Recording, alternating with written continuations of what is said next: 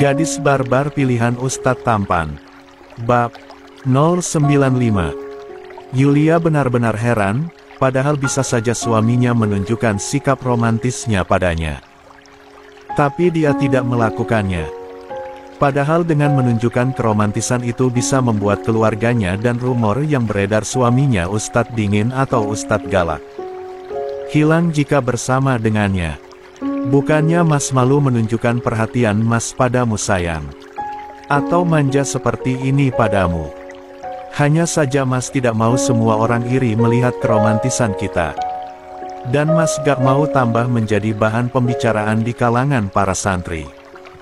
Apa kamu pernah melihat Bang Hilmi menunjukkan keromantisannya pada Teh Wardah di depan orang lain? Enggak, Mas. Nah, Bang Hilmi pun juga gak mau. Cukup romantis hanya di rumah atau di dalam kamar aja, juga di saat mereka sedang berdua. Mas juga nyamannya seperti ini, di mana hanya kamu saja yang tahu sisi lain Mas. Termasuk sisi Mas Ubi yang mesum juga. Ikram kembali tertawa lalu menjatuhkan pundaknya ke leher istrinya.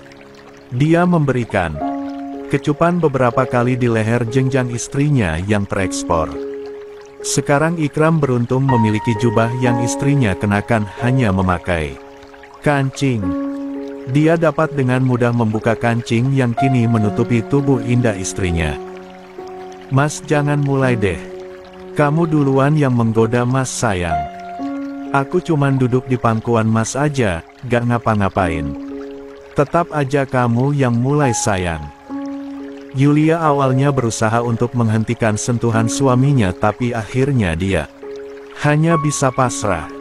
Suaminya ini benar-benar sekat. Kenapa kamu Yulia? Tanya Hawa menepuk pundak sahabatnya itu membuat Yulia terperanjat kaget dari lamunannya. Ah gak ada. Aku malam ini gak bisa tidur entah kenapa. Tubuhku juga seger banget kayak aku baru bangun di pagi hari aja padahal aku belum tidur seharian ini. Daripada melamun Yulia mengambil kitab dengan sampul berwarna hijau bertuliskan kitab Mustolah Al-Hadith yang beberapa hari ini ia pelajari untuk pemula. Bukan hanya itu saja kitab yang Yulia pelajari sebagai pemula. Ada kitab Al-Jurumiyah, salah satu kitab dasar yang mempelajari ilmu nahwu. Yulia tidak bisa langsung ke kitab kuning seperti keempat sahabat karena ia harus mempelajari kitab ini terlebih dahulu. Juga ada kitab lainnya yaitu kitab Amsilah et-Tasrifiyah, jika nahwu bapaknya maka sorof adalah ibunya. Begitulah hubungan kesinambungan antara dua jenis ilmu itu. Keduanya tak bisa dipisahkan satu sama yang lainnya dalam mempelajari kitab kuning.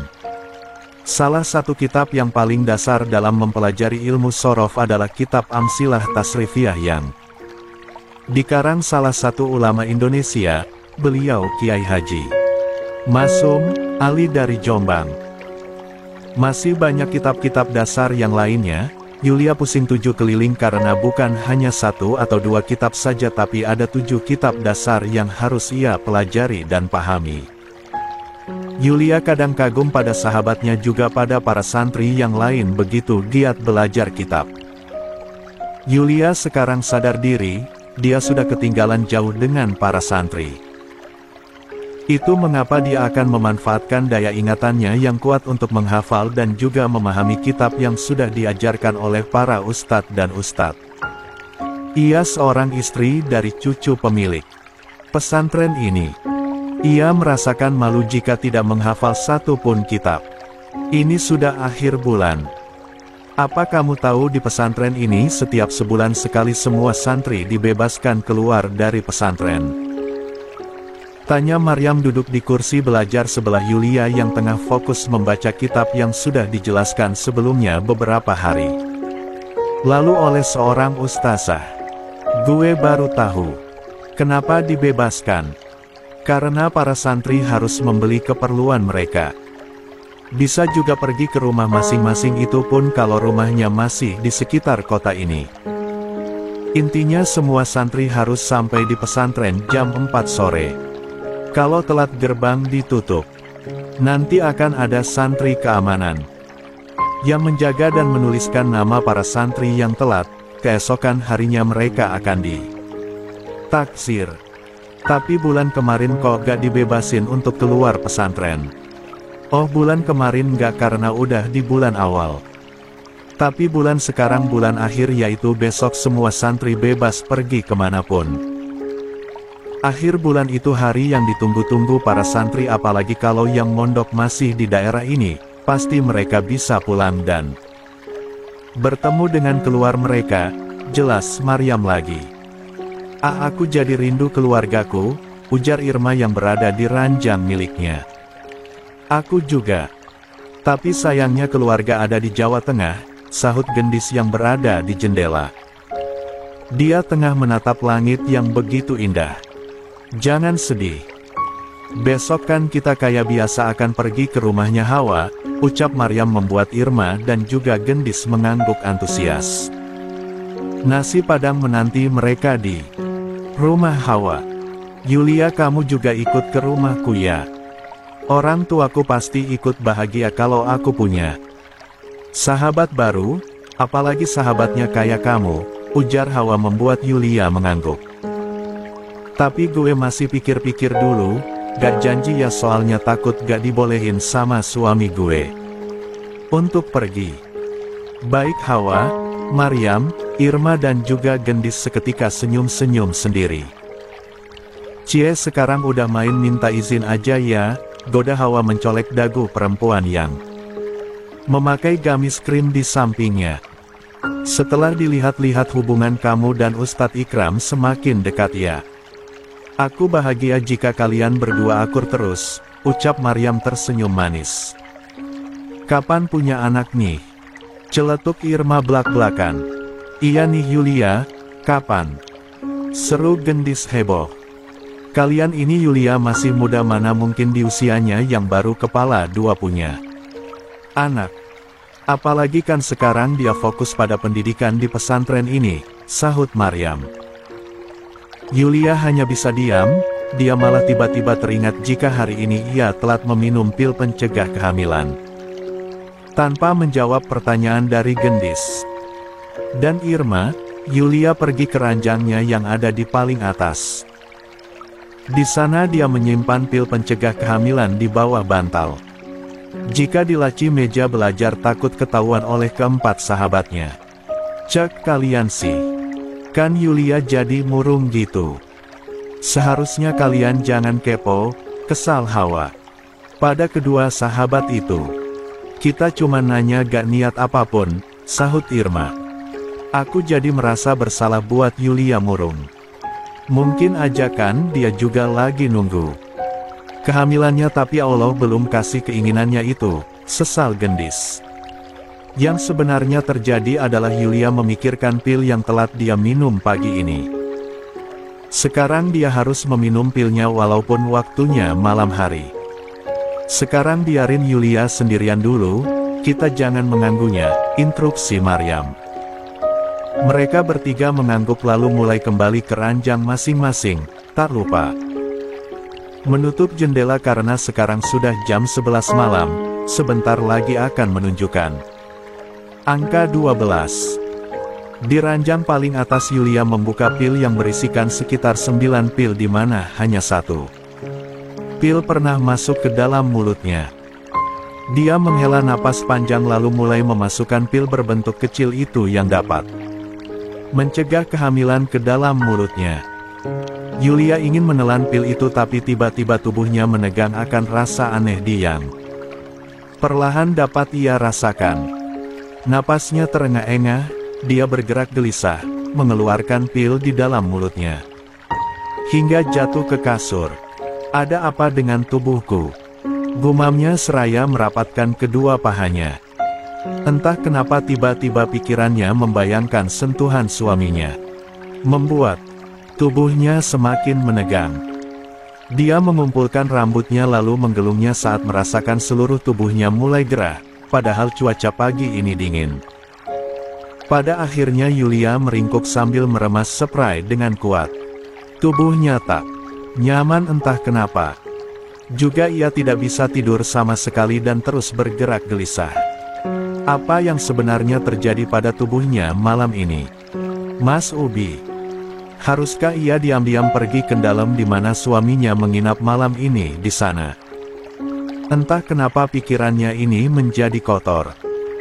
Membayangkan tubuh kekar suaminya juga sentuhan yang pernah suaminya berikan tadi sore. Walaupun hanya sentuhan saja tapi berefek kuat pada tubuhnya. Sial. Gue mana mungkin gak tahu malu pergi ke dalam lalu masuk ke kamar Mas Ubi terus minta untuk Membayangkannya saja membuat Yulia seketika menamparkan pipinya. Supaya sadar. Lagi pula pasti pintu dalam udah terkunci. Bisa lewat jendela. Itulah yang otaknya pikirkan. Yulia tidak peduli. Dia entah kenapa malam ini menginginkan suaminya. Padahal ia tidak seingin ini sebelumnya. Apa yang sebenarnya terjadi pada tubuh dan pikirannya ini? Dia berteriak dalam hati supaya keempat sahabat tidak terbangun dari tidurnya. Lampu asrama pun bahkan kini telah dimatikan, tentu mereka sudah tidur. Hanya dirinya yang terjaga malam ini. Yulia kembali mengumpat. Dia tidak peduli, sekarang bagaimanapun caranya dia harus bertemu dengan suaminya. Suara Deheman membuat Ikram terperanjat kaget sambil beristighfar. Saat berbalik, ternyata dia melihat sosok wanita parubaya yang masih mengenakan mukena putihnya. Kenapa subuh-subuh gini udah ada di dapur Ram? Ikram lagi buatin susu coklat untuk Yulia, nih. Umi Husna tersenyum lebar mendengarnya. Putra dinginnya ini perhatian sekali. Loh, bukannya istrimu waktu maghrib pulang ke asramanya? Tapi kok ada di kamarmu? Tadi malam Yulia kembali ke kamar Ikram. Ikram aja kaget waktu dia ketuk pintu. Kirain siapa yang tengah malam ketuk pintu, ternyata Yulia. Wanita parubaya itu semakin senyum-senyum sendiri. Walaupun sedikit bingung. Tunggu, bukan kamu yang meminta Yulia untuk kembali ke kamar kamu? Tanyanya, memastikan. Bukan. Yulia yang datang ke kamar Ikram, nih. Umi Husna tidak peduli masa itu. Yang terpenting malam tadi putranya juga menantunya ada dalam satu kamar. Pasti telah terjadi sesuatu. Apalagi ia yakin menantunya telah meminum jamu kesuburan yang ia berikan waktu itu. Wanita parubaya itu mendekat lalu mengelus pipi putranya. Jaga terus menanti Umi ya. Hilangkan gengsimu, jangan ngambekan kayak Umi. Kamu udah dewasa Ram. Kamu mempunyai istri yang luar biasa. Dia baik, sangat baik malahan, namun kehidupan kadang tak berpihak padanya. Tolong selalu ada di dekatnya. Ikram mengambil kedua tangan Uminya lalu mengecupnya. Insya Allah, Umi. Tapi Ikram gak bisa janji karena Ikram pernah melanggar janji Ikram untuk tidak membuat Yulia menangis. Tapi Ikram pastikan akan berusaha untuk selalu bersama dengan istri Ikram. Seperti yang Umi minta. Umi Husna tersenyum penuh haru. Dia memeluk erat tubuh putra keduanya. Kamu tidak salah memilih Ram. Yulia begitu tulus. Umi semakin merasa bersalah karena pernah meminta kamu menikah dengan perempuan lain. Sungguh kesalahan Umi begitu fatal. Apalagi Yulia pun tahu. Ikram hanya bisa diam sambil mengelus punggung Uminya penuh sayang. Gak apa-apa Umi. Yulia pasti sudah melupakan kejadian itu. Sekarang Umi baginya adalah ibu mertua terbaik. Yulia pernah bilang dia bahagia memiliki Umi. Umi katanya mengingatkan dia pada almarhumah Umi Fatimah. Kalau gitu Ikram pergi ke kamar dulu Mi. Pasti istri Ikram sudah menunggu susu coklatnya. Tunggu dulu. Tahan Umi Husna. Wanita patubaya itu berjalan ke depan lalu mengambil sesuatu dari rak paling atas. Jangan kemana-mana dulu. Yulia pasti sekarang sakit kepala karena tidak bisa tidur semalaman. Umi mau buat wedang jahe. Loh kok Umi tahu Yulia gak tidur tadi malam? Kegiatan Umi yang sedang membuat wedang jahe seketika terhenti.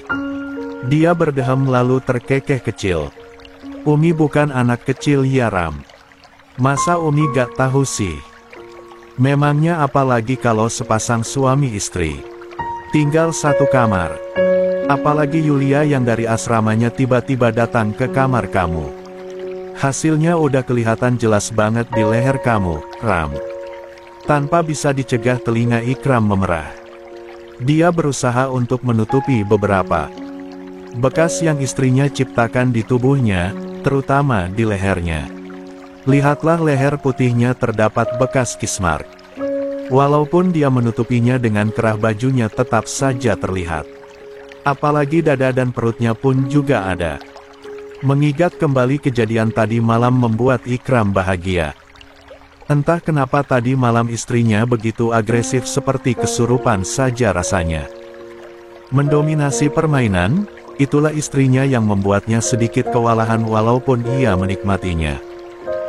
Has, jangan ngelamun. Ini ambil wedang jahenya. Suruh istrimu habiskan. Ikram tersadar seketika lalu mengambil satu gelas yang uminya berikan. Aroma jahe seketika dapat ia cium. Makasih banyak Umi. Ikram kembali ke kamarnya. Dia sempat berpapasan dengan Hilda dan juga Anastasia yang baru saja keluar dari kamar mereka. Selamat pagi Mas Fahir. Pagi juga Hilda. Kalian mau kemana keluar dari kamar? Perempuan yang memakai tunik biru tua dengan sarung hitam itu menjawab. Kami mau pergi keluar Mas. Biasa mau olahraga bersama para santri di lapangan. Hati-hati. Hilda tersenyum lebar akan perhatian sepupunya ini. Ia ketika melihat Ikram atau Hilmi seperti memiliki saudara kandung. Kedua pria itu selalu perhatian padanya dengan cara yang berbeda-beda. Nggih Mas Fahir. Ah iya afwan sebelumnya tadi malam kamu tidak mendengar suara aneh kan? Hilda mengerjap bingung, lalu menggeleng. Gak ada Mas. Emangnya suara apa? Ikram menghela napas lega. Tidak ada cuman nanya aja. Kalau gitu Mas masuk. Assalamualaikum. Ikram masuk ke dalam kamarnya lalu dia kembali menghela napas dalam-dalam. Ah dia. Malu melakukannya dengan istrinya di rumah keluarganya. Apalagi Umi langsung peka. Seharusnya tadi malam saya membawa istri saya ke rumah saja, keluhnya. Cek kenapa lama banget Mas? Sentak seorang perempuan yang kini rebahan di atas sofa. Yulia dan Ikram sudah sholat subuh. Bahkan sudah murojaah bersama. Dan sekarang Yulia membutuhkan minuman yang hangat dan suaminya pergi ke dapur lama sekali. Maaf sayang tadi Mas harus nunggu Umi buatin wedang jahe untuk kamu. Dan juga tadi di depan ada Hilda dan Ana, kami mengobrol sebentar. Yulia memicingkan matanya menatap suaminya yang kini duduk di sampingnya sambil meletakkan dua gelas dengan isinya yang berbeda. Aku kan udah bilang jangan terlalu dekat sengaja sepupu Mas. Walaupun dia anak susuan Umi Husna, tetap aja aku gak suka. Ikram tersenyum tipis akan sikap cemburu istrinya. Dia mengambil tangannya lalu mengecupnya 3 kali. Maaf Mas lupa kalau kamu udah jatuh cinta sama Mas posesifnya minta ampun. Yulia masih kesal. Dia mengambil susu coklat yang sejak tadi dia inginkan. Nanti dulu jangan diminum. Kamu harus minum wedang jahe dulu. Ini Umi buat agar kepalamu gak sakit lagi. Wedang jahe. Yulia mengambil gelas yang berisikan minuman beraroma jahe yang begitu menyegarkan di hidungnya. Kemudian dia mulai meminumnya hanya sekali tegukan. Rasanya pedas Mas. Ia kan terbuat dari jahe sayang. Habiskan. Yulia sebenarnya tidak suka akan rasa pedasnya tapi ia akhirnya menghabiskan minuman jahe tersebut karena Umi Husna yang membuatnya. Setelah itu dia buru-buru meminum susu coklatnya hingga lidahnya yang terasa pedas seketika hilang. Ia memang suka pahit, tapi jika pedas ia tidak suka, apalagi pedasnya dari minuman bukannya makanan. Udah merasa lebih baik. Yulia mengangguk lalu merebahkan tubuhnya di pangkuan suaminya. Padahal aku, kalau malam hari selalu tepat waktu untuk tidur. Tapi kenapa malam ini aku terus terjaga? Tubuhku aja tetap segar kayak abis bangun dari tidur, tapi kan aku gak tidur malam tadi. Malahan sekarang kepalaku terus berputar-putar, pusing banget, keluhnya. Ikram memijat dahi istrinya lalu tangan satunya lagi mengelus pipi istrinya.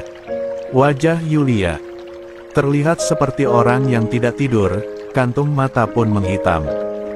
Seharusnya Ikram merasa bersalah karena istrinya tidak bisa tidur, tapi ini bukan salahnya sekarang. Istrinya yang memintanya untuk menyentuhnya berkali-kali walaupun ia telah menyuruhnya untuk berhenti saja.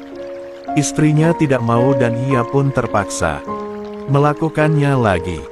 Mas juga capek ya? Yulia membuka matanya, mengelus rahang suaminya dari bawah.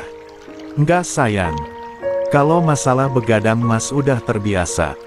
Maaf. Kenapa meminta maaf? Karena aku yang aneh malam tadi buat Mas gak bisa tidur. Aku juga gak tahu kenapa. Tapi aku menginginkan Mas terus-terusan. Ikram tertawa geli lalu mengecup bibir istrinya. Gak apa-apa sayang, Mas suka kamu yang agresif kayak tadi malam. Pipi Yulia bersemu merah. Dia membalikan badannya dan kini menenggelamkan wajahnya di perut sang suami. Jangan menggodaku. Aslinya aku gak kayak gitu. Tadi malam, itu naluriku saja tahu. Jangan malukan, hanya Mas aja yang tahu sayang. Mas terus menggodaku. Lupakan kejadian tadi malam. Kenapa Mas harus melupakannya? Jarang-jarang loh kamu yang memulai. Lihat, hampir seluruh tubuh Mas kamu kasih tanda. Ah, Mas Ubi terus aja ungkit-ungkit. Stop aku bilang.